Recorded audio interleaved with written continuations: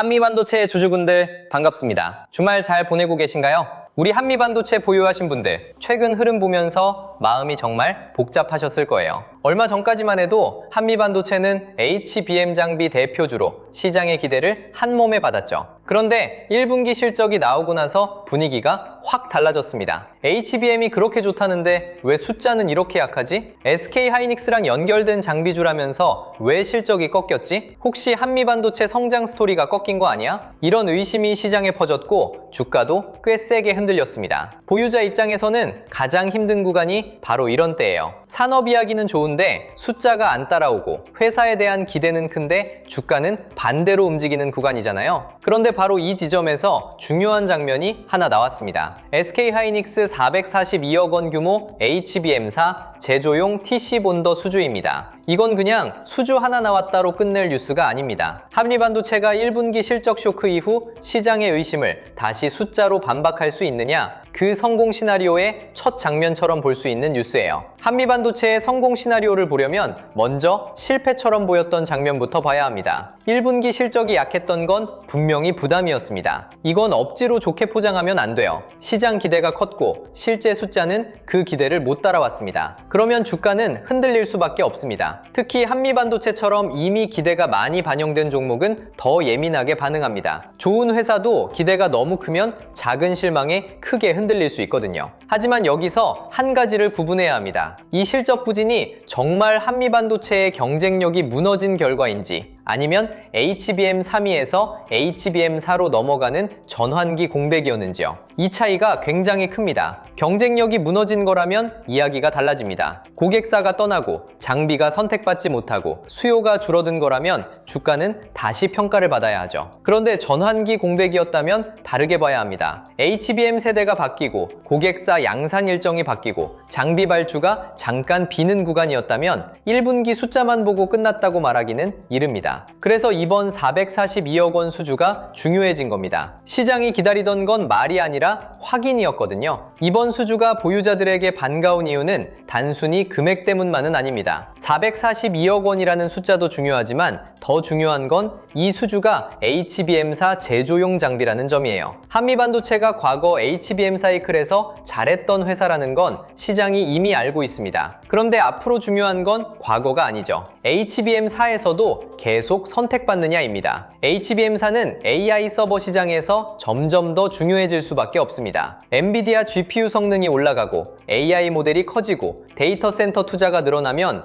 메모리는 더 빠르고 더 안정적으로 데이터를 공급해야 합니다. 그 중심에 HBM이 있고 그 HBM을 만들 때 필요한 핵심 장비 중 하나가 TC 본더입니다. 그러니까 이번 수주는 시장에 이런 메시지를 줍니다. 한미반도체가 아직 HBM사 장비 흐름 안에 있다. SK하이닉스의 HBM사 생산 확대와 연결돼 있다. 1분기 실적 부진 이후에도 다시 수주로 확인할 수 있는 구간이 열리고 있다. 이 메시지가 오늘 이야기에서 가장 중요합니다. 물론 여기서 바로 흥분하면 안 됩니다. 이번 수주가 나왔다고 해서 한미반도체의 모든 걱정이 사라진 건 아니에요. 보유자들이 가장 조심해야 할 게 바로 이 부분입니다. 좋은 뉴스가 나왔다고 바로 이제 끝났다, 다시 무조건 간다, 이렇게 보면 안 됩니다. 시장은 이제 다음 질문을 던질 겁니다. 이게 한 번으로 끝나는 수주냐? 아니면 시작이냐? 추가 수주가 이어지느냐? 2분기와 3분기 매출에 제대로 반영되느냐? 영업이익률은 다시 살아나느냐? 공급망 다변화 속에서도 한미반도체가 계속 중요한 위치를 지키느냐? 성공 시나리오는 여기서 갈립니다. 한 건의 수주는 반전의 시작이 될 수 있습니다. 하지만 진짜 성공은 수주가 이어지고 매출로 잡히고 마진으로 남고 시장이 다시 프리미엄을 주는 흐름까지 연결돼야 합니다. 그러니까 이번 442억 수주는 결론이 아니라 출발점으로 보는 게 맞습니다. 보유자 입장에서는 안도할 수 있는 뉴스지만 동시에 앞으로 확인해야 할 숙제도 분명히 생긴 뉴스예요. 한미반도체의 기승전결을 이야기로 풀면 이렇게 볼 수 있습니다. 처음에는 시장의 기대가 컸습니다. HBM, SK하이닉스,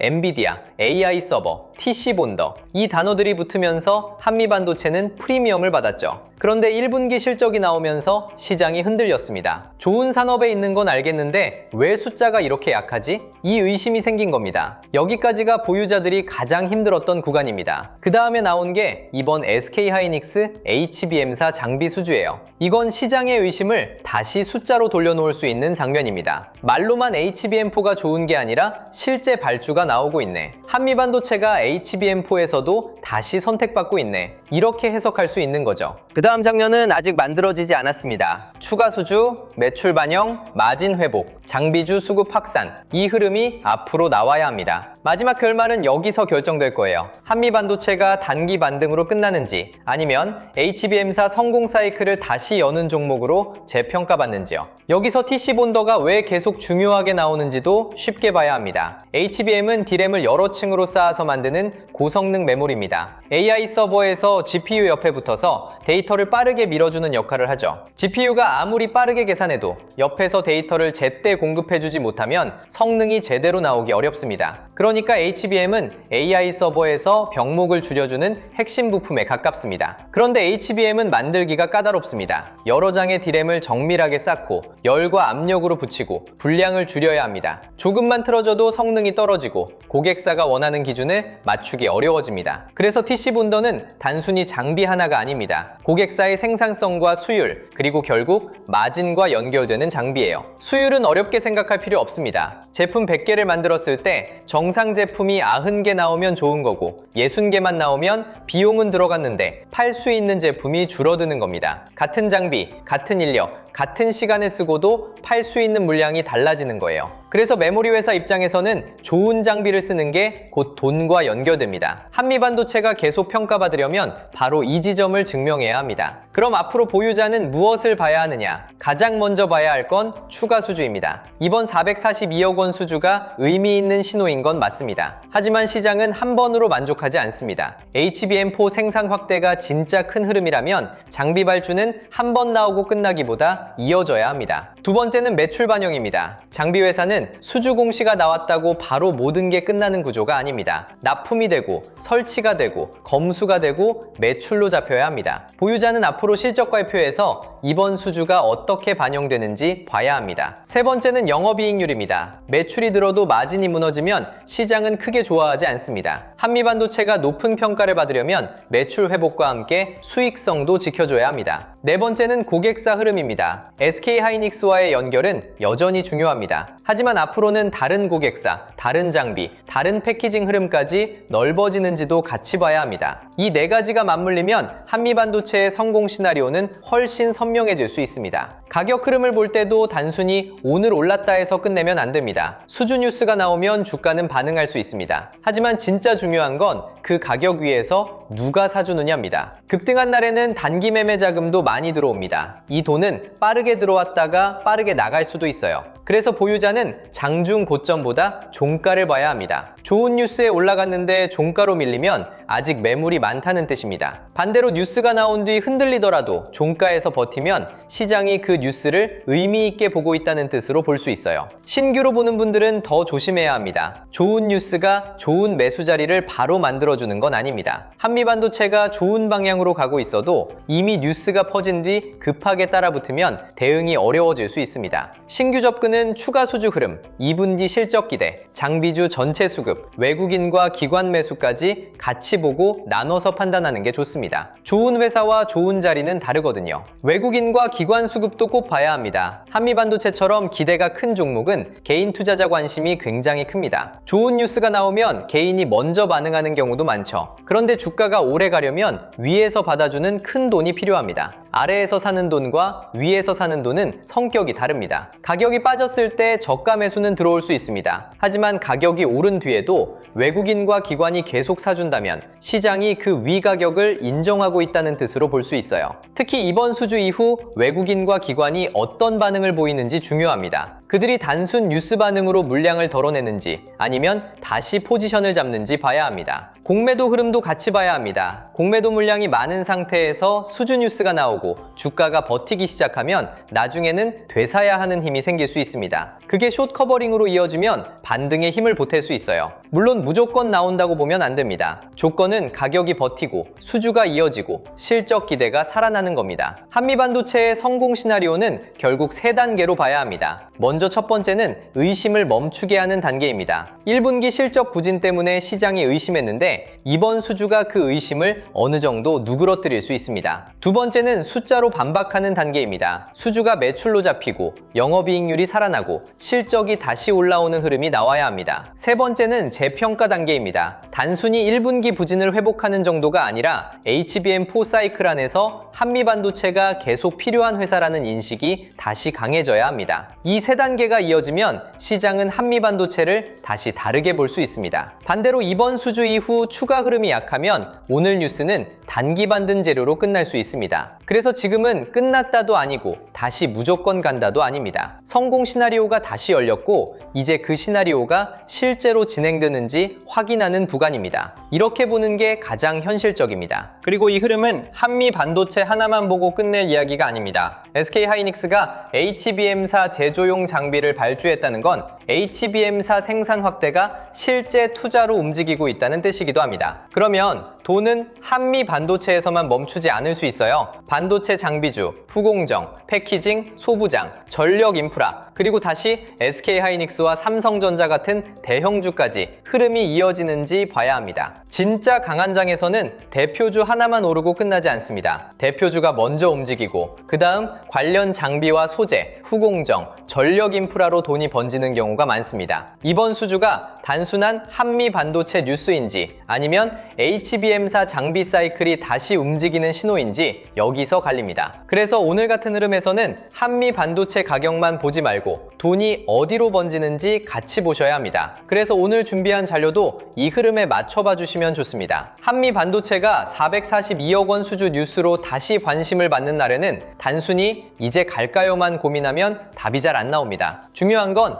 이 수주가 한미 반도체 한 종목에서 끝나는지 아니면 반도체 장비와 후공정, 패키징, 전력 인프라까지 돈을 움직이는지 보는 거예요. HBM사 장비 수주가 실제로 돈의 흐름을 바꾸는지, 장비주 전체가 같이 움직이는지, 배영주로 다시 돈이 돌아가는지, 공매도 압박이 숏 커버링으로 바뀌는지 이걸 같이 봐야 합니다. 그래서 이번 자료는 오늘 같은 성공 시나리오의 첫 장면에서 감정적으로 따라가지 않고 돈이 어디로 움직이는지 확인하기 위한 자료라고 보시면 됩니다. 이 자료는 그냥 이 종목 사세요 이런 자료가 아니에요. 한미 반도체 이후에 시장의 돈이 어디로 이동할 수 있는지 그리고 그 돈이 실제로 움직이고 있는지 확인할 수 있게 정리한 자료입니다. 이번 자료 안에는 실명 관찰 종목 41개, 섹터 7개, 타점 기준 4개, 매매전 체크 10가지가 들어가 있습니다. 그러니까 종목을 찍어주는 자료라기보다는 돈이 지나갈 수 있는 길목을 미리 펼쳐놓고 보는 자료라고 생각하시면 돼요. 한미 반도체가 수주 뉴스로 다시 주목받을 때는 한미 반도체만 보는 게 아니라 그 돈이 어디로 번지는지를 같이 봐야 하거든요. 그리고 이 자료는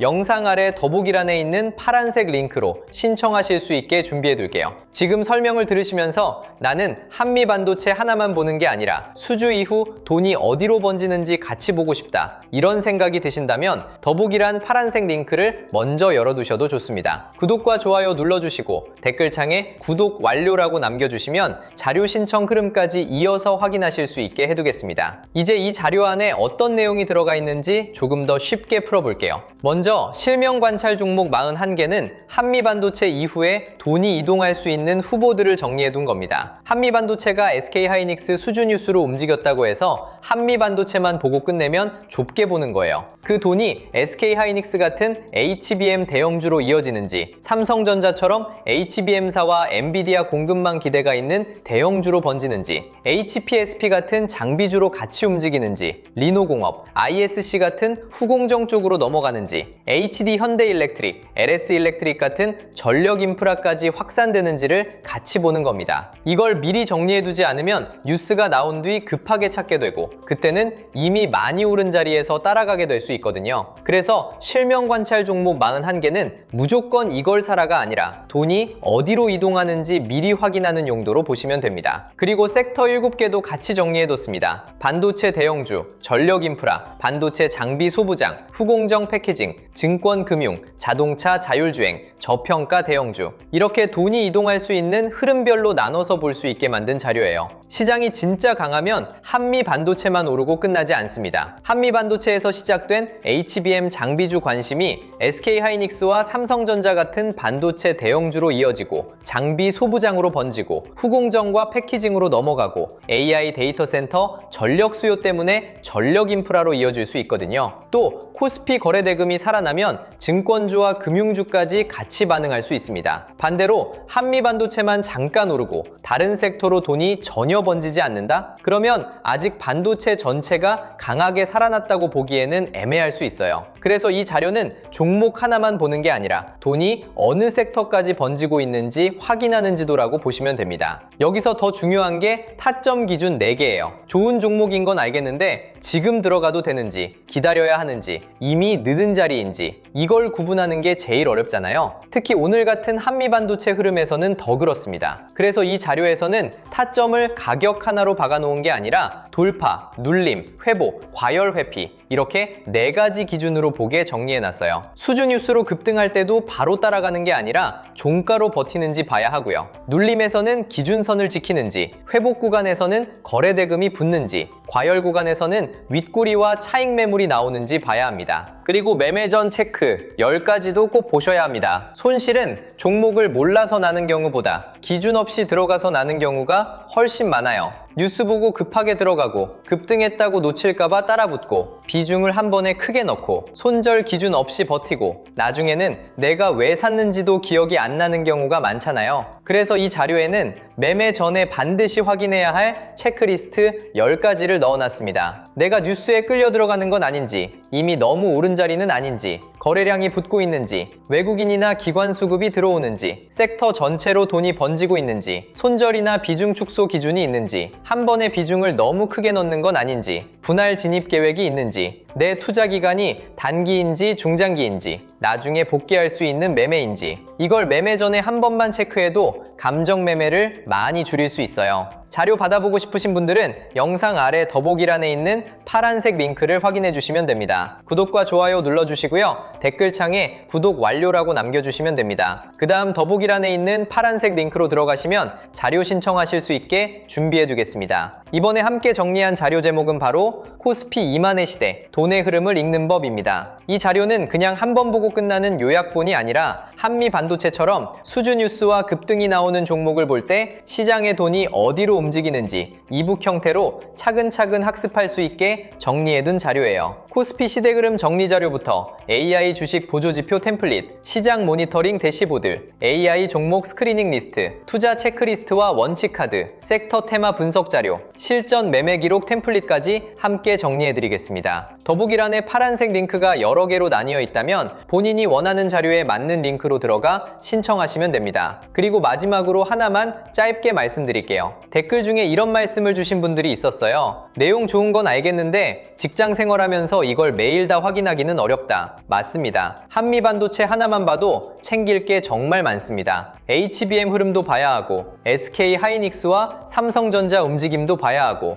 엔비디아와 미국 반도체 분위기도 봐야 하고 환율, 금리, 코스피 흐름까지 같이 봐야 합니다. 여기에 장비주, 후공정 패키징, 전력 인프라, 외국인과 기관 수급까지 같이 보려면 이걸 매일 혼자 전부 챙기는 건 솔직히 쉽지 않습니다. 그래서 이런 분들을 위해 자료를 조금 더 편하게 확인하실 수 있는 공간도 따로 준비하고 있습니다. 반도체 대형주, 장비 소부장, 후공정 패키징, 전력 인프라, 매매 전 체크리스트, 지표 사용 설명서 같은 자료들을 한 곳에서 보기 쉽게 정리해 드리려는 흐름이에요. 다만 이 부분은 오해 안 하셨으면 좋겠습니다. 매수, 매도 찍어주는 리딩방이 아니고요. 수익을 보장하는 방도 아닙니다. 영상에서 말씀드린 자료와 한미 반도체 대응 기준, 반도체 섹터 흐름, 장중 체크 포인트를 조금 더 편하게 모아보실 수 있게 준비하는 자료방에 가깝습니다. 이 부분도 필요하신 분들은 방금 말씀드린 자료 신청과 같은 방식으로 신청해 주시면 됩니다. 구독과 좋아요 눌러주시고 댓글에 구독 완료 남겨주신 다음 설명란이나 고정 댓글에 있는 파란색 링크로 신청해 주시면 자료와 함께 소통방 링크도 순차적으로 안내드리겠습니다. 혼자서 매일 시장을 다 챙기기 어려우셨던 분들은 편하신 방법으로 도움받아 보시면 좋겠습니다. 오늘 영상은 여기서 마치고요. 다음 영상에서는 한미반도체가 이번 442억 원 수주를 시작으로 추가 수주 흐름을 이어갈 수 있을지, 그리고 HBM4 장비 사이클이 장비주, 후공정, 패키징, 전력 인프라로 어떻게 번질 수 있을지 더 자세하게 짚어드리겠습니다. 한미반도체는 1분기 실적 쇼크로 시장의 의심을 받았습니다. 하지만 이번 수주로 다시 성공 시나리오의 첫 장면을 만들었습니다. 이제 중요한 건 기대가 아니라 연결입니다. 수주가 매출로 이어지는지, 매출이 마진으로 남는지, 마진이 시장의 신뢰로 바뀌는지, 그리고 그 돈이 반도체 밸류체인 전체로 번지는지 차분하게 보시면 됩니다. 끝까지 시청해주셔서 감사합니다.